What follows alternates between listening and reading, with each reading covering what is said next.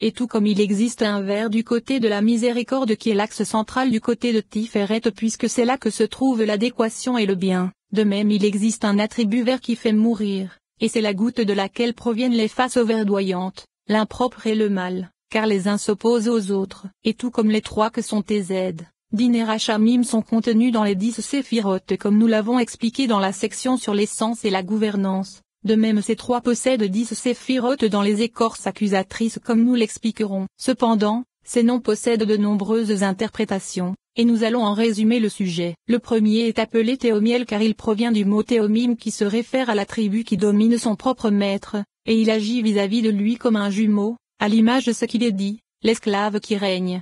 Et la servante qui supplante sa maîtresse. Et ne sois pas surpris du fait que les attributs des écorces ont un nom car tout comme il y a un nom vis-à-vis de la sainteté, il en est de même de l'autre côté. Et c'est ce qu'il est dit, parole de celui qui écoute les paroles de Dieu. Et il est expliqué dans le Zohar qu'il s'agit d'un autre El. Et il y en a qui ont reçu le fait que le nom de cette écorce est Omiel sans Aleph, et le sens en est que tout cela vient achever la sainteté, la diminuer et la diriger. À Dieu ne plaise. Et dans les Tikkunim, le Rashbi a appliqué ces deux noms aux écorces car elles font face à Nelzaïod, et à la première écorce, il a attribué le nom Ketériel pour indiquer qu'elle est une couronne pour les autres écorces. Et c'est de cette écorce que provient le retranchement car elle est parfois appelée Karétiel et c'est grâce à elle que les méchants sont retranchés. Et il y en a qui ont dit que cette écorce est appelée Kamaciel et il est possible d'expliquer comme dans le cas de Karétiel que Kama provient de l'expression qui pliait avant le temps. Et il est maintenant précisé que le sujet de qui pliait avant le temps signifie, tu planteras des générations qui plieront et seront retranchées avant leur temps, comme l'ont expliqué nos maîtres de mémoire bénis. La seconde est appelée Ugel, le sens en est qu'elle est un cercle pour sa voisine comme le Ramban de mémoire béni l'a expliqué. Et il est possible d'expliquer que cela provient de l'expression, continueriez-vous, et le sens en est qu'elle retient le chefa et empêche la providence. Tout comme un rideau sépare Israël de ses pères qui se trouvent dans les cieux. Et il y en a qui sont d'opinion qu'il s'agit en fait de Goël et l'explication en est que cela provient de l'expression, le bœuf meugle-t-il sur son fourrage?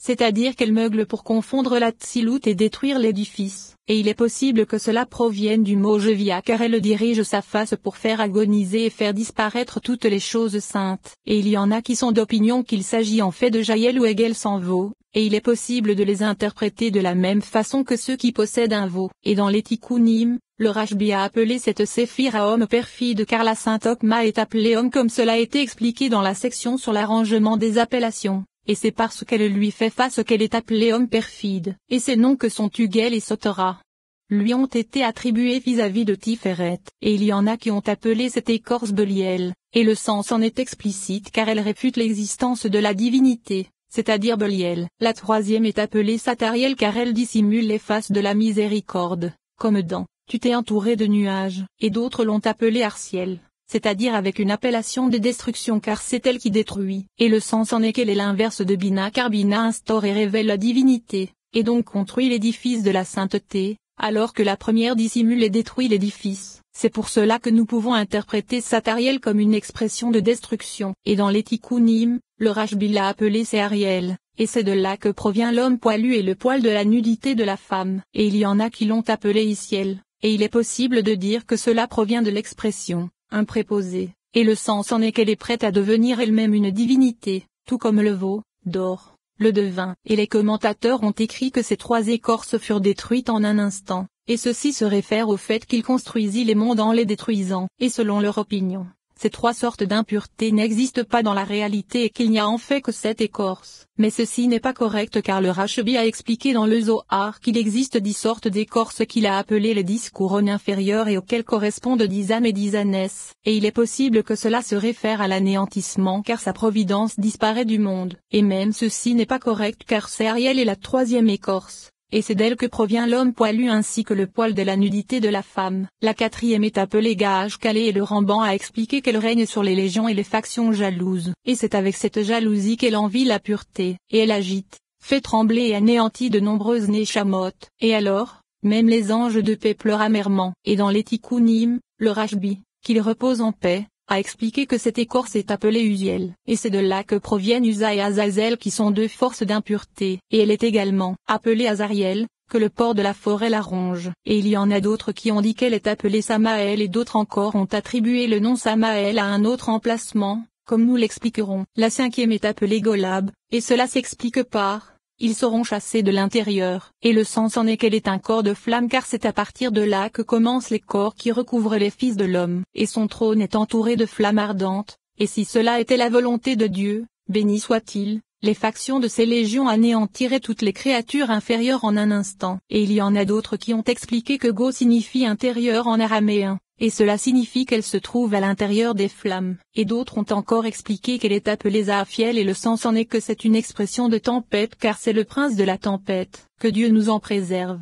Et dans les Tikkunim, elle est appelée Agagiel et il est dit que cela provient de Agag, roi d'Amalek. La sixième est appelée Tagrinon et le sens en est qu'elle est destinée à instaurer la querelle entre les rois au son d'une grande clameur, car elle cause le trouble. Et il y en a d'autres qui ont écrit qu'elle est appelée Zaamiel, et il est possible que ce soit parce qu'il s'agit du prince de la colère. Et dans les Tikkunim, elle est appelée Ogel afin de recevoir le pilier central, car c'est de là que provient Og, roi de Bazan, et le nom Ogel a été expliqué précédemment. La septième est appelée Oruzarek, et le sens en est qu'elle est comme un corbeau cruel prêt à répandre ses rejetons. Il a également été expliqué que lorsqu'elle reçoit de la sainteté, elle se mêle à elle, et après avoir reçu de l'écorce, elle transforme ce chefa et le répand. Et il nous est possible d'expliquer qu'au début elle se mêla à l'homme dans sa parole et sépara la graisse de son palais, et ensuite elle lui répandit un poison mortel. Et l'amertume du venin de cobra se mêla à son miel. Et d'autres ont écrit qu'elle est appelée Katsfiel et qu'il s'agit du prince de la fureur. La huitième est appelée Samaël le méchant, et nous en avons déjà détaillé le sujet donc il n'est pas besoin de s'y attarder. Et il s'agit de l'accusation contre Israël. Et dans les Tikkunim,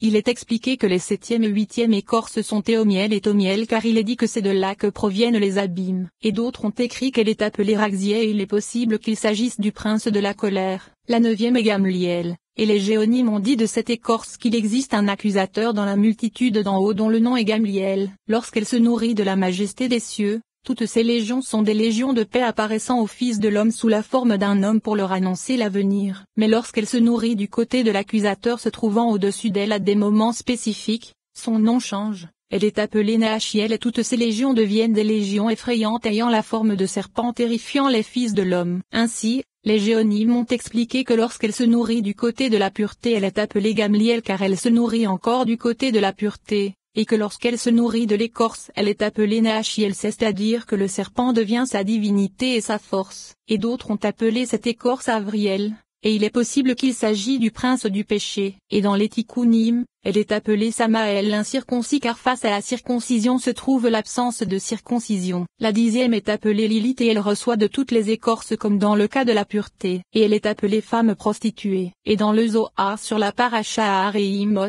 il est expliqué que le 10e degré des écorces est appelé celui qui interroge les morts, et les autres noms des écorces ont été expliqués dans la section sur l'arrangement des appellations.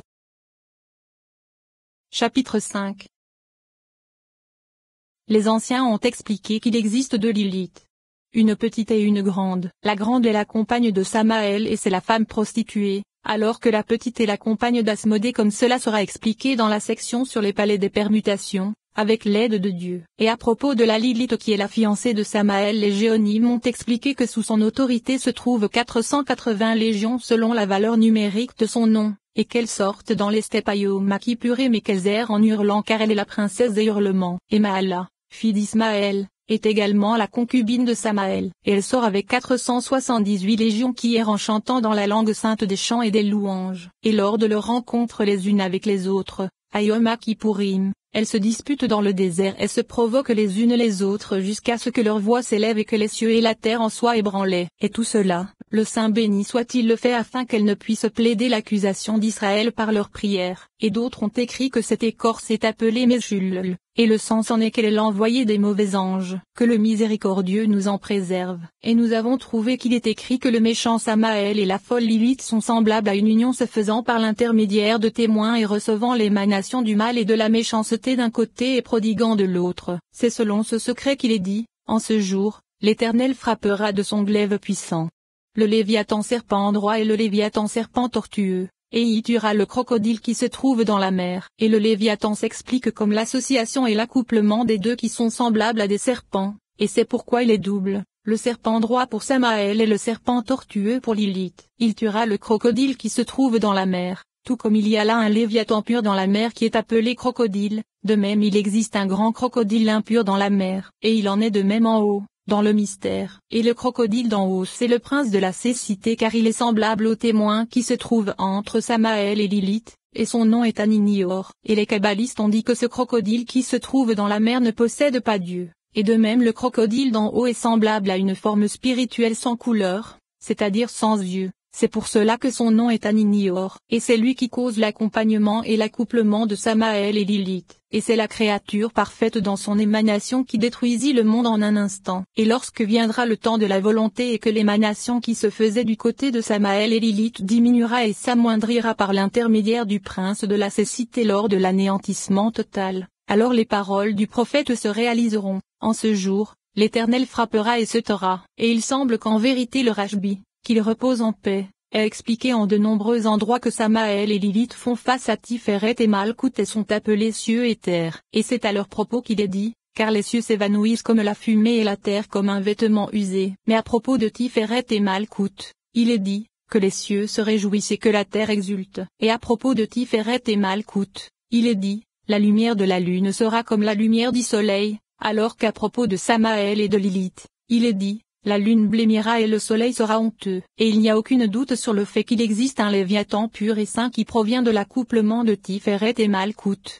et il s'agit de Yésod. Et de même, du côté de l'impureté il existe une force qui réunit ces forces ensemble, et il est aveugle car s'il possédait des yeux, il y aurait un accouplement totalement impur, à Dieu ne plaise, et le monde serait dévasté. Mais celui qui se trouve dans la sainteté est doté Dieu, et il est dit à son propos, le sage a ses yeux sur la tête. Comme nous l'avons expliqué dans la section sur l'arrangement des appellations à propos du Léviathan, en vérité, il est dit à propos de ce Léviathan, et les yeux des méchants se consumeront égal. Et les géonymes ont expliqué que Samaël possède également 12 forces tout comme Tiferet, comme nous l'avons expliqué à propos des limites. Et nous allons étudier le nom de ces forces. Samaël est la quatrième à avoir émané après les 3 forces destructrices qui affaiblissent le monde et dont les noms sont Kamsiel, Beliel et Isiel. Et Samaël étant la quatrième, c'est de lui qu'émanèrent 12 forces destructrices, maudites et accusatrices vis-à-vis des 12 tribus supérieures et inférieures de Ia. Et chacun de ces princes est infiniment mauvais, et leurs noms sont les suivants.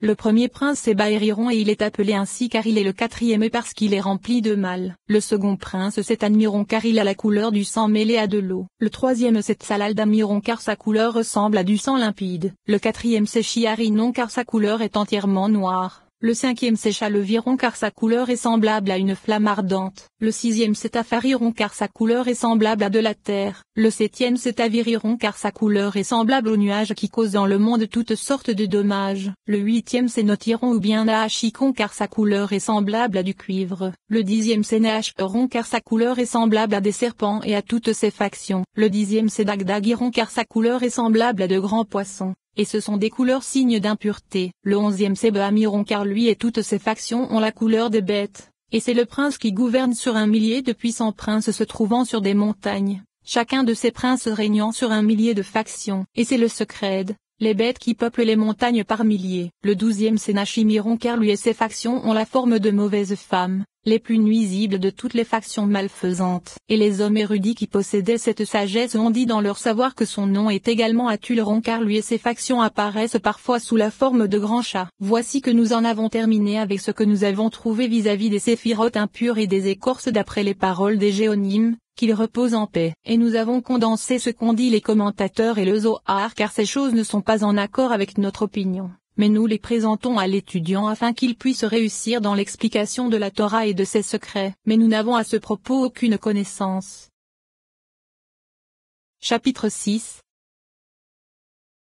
L'objectif de ce chapitre est d'éviter à celui dont la connaissance est insuffisante de s'égarer et de penser que les écorces pénètrent à l'intérieur de la Tsiloute pure et sainte. À Dieu ne plaise. Car quiconque pense cela est redevable de sa tête devant son Créateur. Et lorsque l'on trouve en certains endroits que les écorces pénètrent sous la sainteté, cela ne se fait pas dans le monde de l'Atsilut ni dans le monde de Beria, mais dans le monde de Yetzira qui est le monde de Métatron, car autour de lui rôdent des méchants. Et ainsi, le Rashbi, qu'il repose en paix, a expliqué la chose suivante dans le Reya Memna, en haut, dans l'arbre de vie, il n'y a pas d'écorce. Car on ne peut s'approcher de la porte du roi revêtu d'un cilice, et en bas, dans Métatron, se trouvent des écorces car il est à l'image du pilier central. Car lorsque le Saint béni soit-il se trouve